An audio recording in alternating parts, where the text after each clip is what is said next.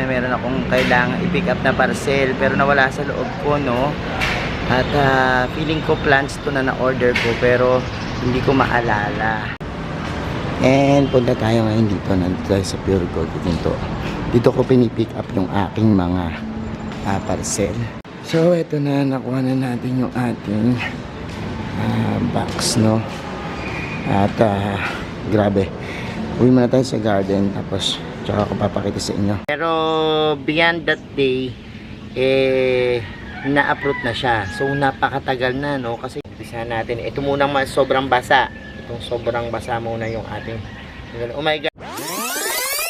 Hello everyone, this is Sir Tsunami ni Dino Park and Eco Garden and welcome back sa ating YouTube channel. And for today's video, meron ako natanggap na mga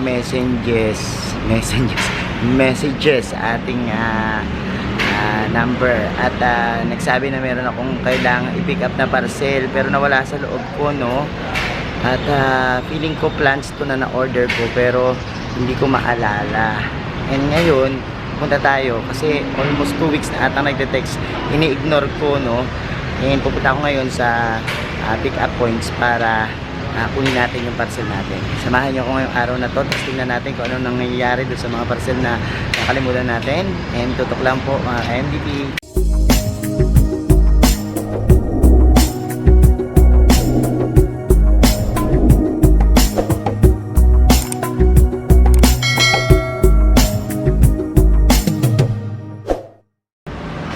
And punta tayo ngayon dito, nandito tayo sa Pure Gold dito ko pinipick up yung aking mga parcel sa LBC. So let's go. And dito and ayun na yung LBC.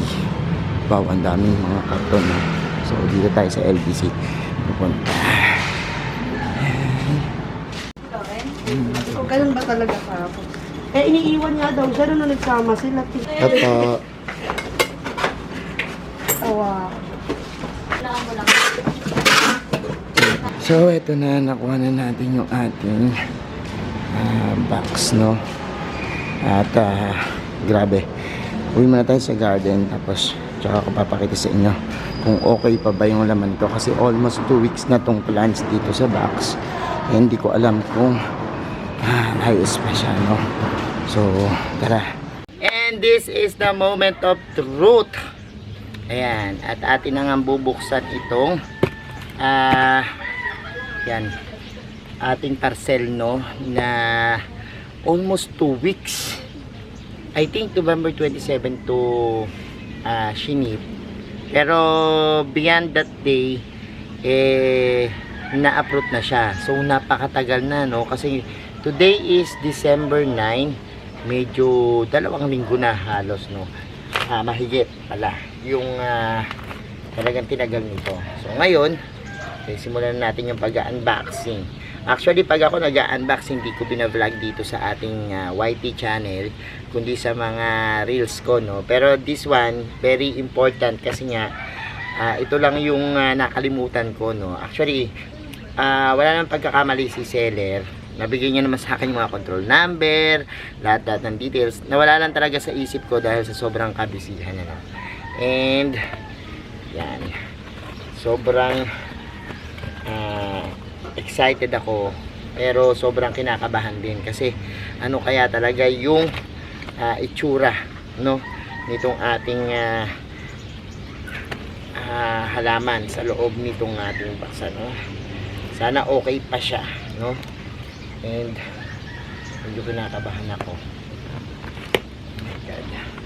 Nag-message nga pala sa akin si seller. Ang sabi niya sa akin, hindi ko raw pala kinukuha. Sabi ko nga sa kanya, halos hindi ako pinatulog ng box na ito dahil syempre naaawa din ako dun sa plants, ano? Ano kaya itsura nito?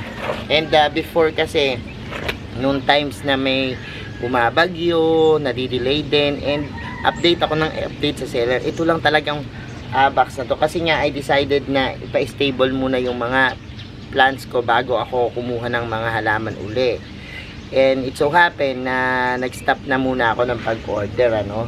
Pero nagulat ako siguro, hindi na maiwasan kasi inalok nga ako nito, and ito yung mga nagustuhan ko dun sa pinadala niya sa aking mga video.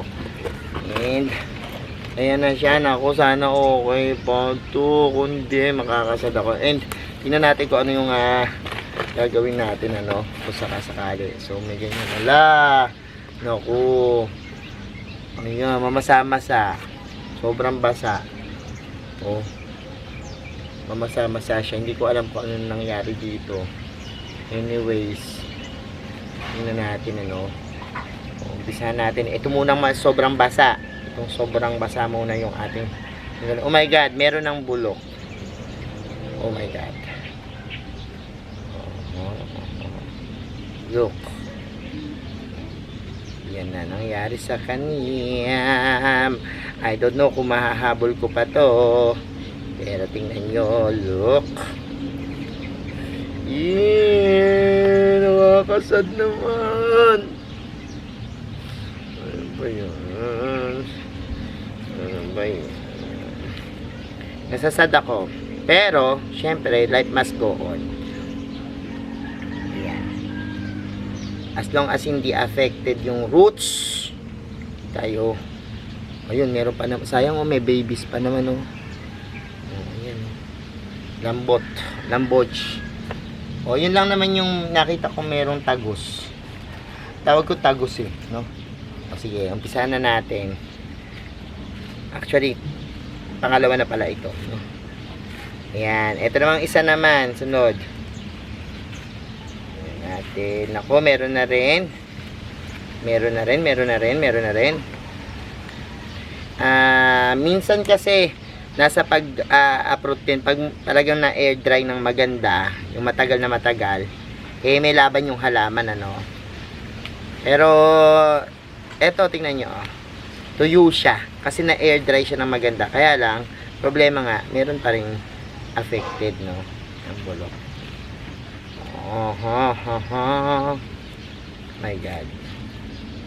Yan. Pero tuyo yung kanyang ano, kaya lang ano, may mga puti-puti. So baka affected ng aphids naman tong isa na to. Kasi may mga aphids siya, oh. Look. Hindi siya narinisang mabuti. Anyways, natin ito naman. Isa na to.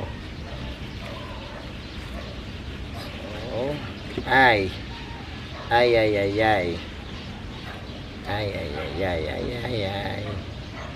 Oh, look, oh, yuck.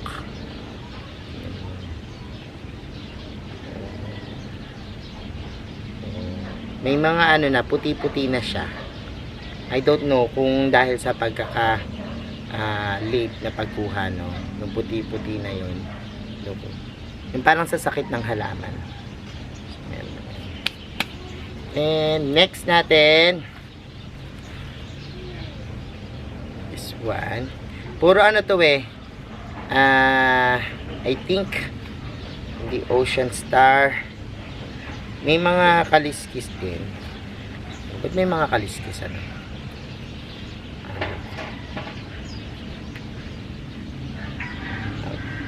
Pero tayo na lang ang mag ano nito. Baka hindi na siya nahugasan or something. Puro ano to, puro dwarf. May mga tama na talaga. So ayan. And next, eto may nakabalot siya. Free lang ata ito eh.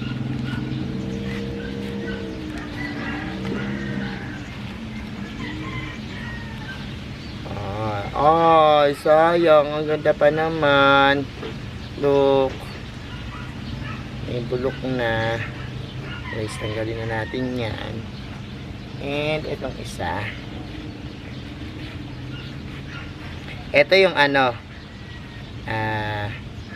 Nilagyan niya ng ano. Para siguro matuyo. Oh, wow. Splash. No, so splash siya. Eh tama na rin, tanggalin ko na siguro yung mga tama. Or pwedeng i-dye to. Pero mas maganda siguro tanggalin ko na lang para hindi na makahawa. Anyways, ayan siya. Splash siya. And ito na. Yan na yung ating mga nabuksan. And tingnan natin kung paano yung gagawin natin dito. Panoorin nyo. So ayan, ganito yung gagawin natin. Lilinisan na natin tong ating mga yan. Kasi kita nyo, merong mga parang malata na. Tatanggalin natin yan, ano. Kailangan matanggal natin yung mabuti. At kasi pag di natin yan tinanggal, ang mangyayari dyan ay pagsisimulan yan, no, ng pagkabulok nung lahat ng halaman. Tapos gagamit tayo ng dishwashing kasi nakita ko may mga sakit. I don't know kung ito yung galing dun sa mga pagkakaimbak sa kanya, no. So yan, brushing natin para matanggal yung mga puti-puti, no, and matanggal din yung mga parang slime. So ayan, makita nyo may mga ganyan din. Minsan kasi pag ina-uproot yung halaman, yan, nagkakaroon ng ganyan, no. Puputitin na natin yung affected na area na yan para talagang wala nang sign ng fungus, no. So yan, kailangan maging malinis, mabuti. So ako ganyan yung ginagawa ko kapag halimbawang yung plants ay bagong dating sa akin, ano. Minsan kasi nakakatakot kasi kapag halimbawang hindi mo yan tinanggal, ang bilis, about 24 hours lang, talagang yan, mawawala na yan, ano, tatanggal na yan. So ito, ang gagawin natin dito is ika-cut natin ito ganda sa pinaka area nya protected. Tapos ito ika-cut ko kasi sayang to. Ito pwede itong yan, itanim pa uli, ano. So itong isa na to, I doubt kung magkaroon pa siya ng yan, ng pag-asa, no. Pero this one pwede pa yan. So linisin natin yan, and yan, para matanggal yung mga ang ganda pa naman itong splash. Isa sa mga nagugustuhan ko to kasi ang ganda.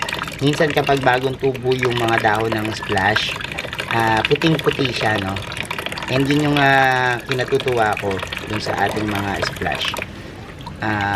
Nagdadagdag siya ng kakaibang ganda, no. So sige, ugasan ko muna to. Tanggalin ko yung mga dry at saka malambot na dahon. So eto na yung ating nahugasan, ano. At ngayon naman yung mga roots nito lalagyan ko ng cinnamon powder, ano. Kaunti na lang to, magka-shake ko na lang, pero kung wala okay rin naman, kahit wag na. Ginagamit lang naman natin to para pampa ano rin ng fungus, ano, control, no. So mga unti-unti lang yan, pero kung tuyo na naman yung inyong mga yan, pwede na. Tapos sa mga ganito, pwedeng dietane na lang, ano. Mamaya lagyan natin ng dietane yung mga hiniwaan natin, tsaka yung mga nakita natin na parang may butas-butas, ano, yung katulad nito, yan, lagyan natin mamaya ng dietane yan para hindi na kumalat, ano. Pero for the meantime, yung mga roots niya, ito kasing magandang rooting hormones din tong ating mga cinnamon ground, yan, and antibacterial din yan para hindi magkaroon ng bakterya itong isa na to. Yan natin yan. So kalat-kalat lang natin, ano, kasi minsan pag mayroong mga malalatang part yan, talagang yan yung tinitingnan natin, baka kasi gumawak, no. Sayang naman yung itong ating mga hinugasan. Ito tuyo, yung iba naman tuyo, ano. Doon sa malalambot na part lang na medyo natatakot tayo, di sigurado, yun ang lagyan natin ng cinnamon. Ang bango ng cinnamon ground, And natutuwa ako kasi ayan, naging okay na yan yung mga yan. So ngayon tatanim ko na, hanapan ko ng pwesto dito sa ating garden tong ating nahugasan. So ayan na, itanim na natin, pero this one lalagyan natin ng yan fungicide, no, yung hiniwa natin. Ang ginamit ko ngayon is Toroge Blue. Hindi ko makita yung dahitin ko. So yung Toroge Blue, yan yung ating inilagay na, pati mga affected na areas. Yung iba dito ko na lang nilagay. Yan, yung mga butas-butas na yan. Lagyan natin yan. Maganda sana kung ang gagamitin nyo ay dietane, ano, kasi dilaw. Ito kasi kumukulay, o yan. So lahat ng mga, ayan, daanan na rin natin yung mga iba. Mga yan, lagyan natin ng dietane. So dyan ko nilagay yung mga tinanim natin dito sa ating millionaire snake plants na tower, no? So dito ko na nilagay yan, ito pa rin, lagyan natin ito. Mga pinutol natin kanina, lagyan natin, ano, tsaka yung mga affected area yan, ito, yan. So para matuyo siya, no? At hindi magtuloy-tuloy yung pagkakulok niya. So dito ko pa nilagay yung iba, ayan, sa ating millionaire snake. Ito yung tinanim ko dyan. So ito hindi na puro millionaire snake plants, sinaluan ko na rin ang iba, no, para in any case na tumubo sila dyan, yan, manda sila. So ayan, yung mga affected area ng fungus, no? So yan na po yung nagawa natin ngayong araw na ito sa ating mga plants, no? And yan, bigyan ko kayo ng updates dyan sa mga inilagay natin na mga halaman dyan kapag halimbawang lumaki na sila. So ayan mga ka-MD, pinapanood nyo na yung ating vlog. Medyo nakahinga-hinga na ako, no, dahil nakita nyo naman yung ginawa natin, ano, at kanina medyo na-stress akong bigla na parang nag-aalala dahil nga baka tuluyang wala na tayong ma-save, ano. Pero ngayon na-treat na natin sila, mas okay yung pakiramdam natin, ano. And yan, thank you so much. Alam niyo na yung gagawin nyo, ano, kapag halimbawang yan, meron kayong mga halaman na tumagal sa box, no, especially itong mga snake plants natin. So ayan, thank you so much mga ka-MDB sa inyong panonood. Sa mga hindi pa po nag-subscribe sa ating YouTube channel, kung bet na bet nyo po yung ganitong usapan, plants and gardening, mag-subscribe na po kayo, na huwag nyo pong kalimutang i-hit yung notification bell para lagi updated sa aming latest uploads, pati po sa iba't iba nating social media accounts, sa ating TikTok, Instagram, Facebook pages. Search nyo lang po Hermes Unao Mini Dino Park and Eco Garden, makikita nyo na yan. Salamat na maraming mga ka-MDB, and this is Hermes Unao, sasabi sa inyo ng happy planting. Bye bye.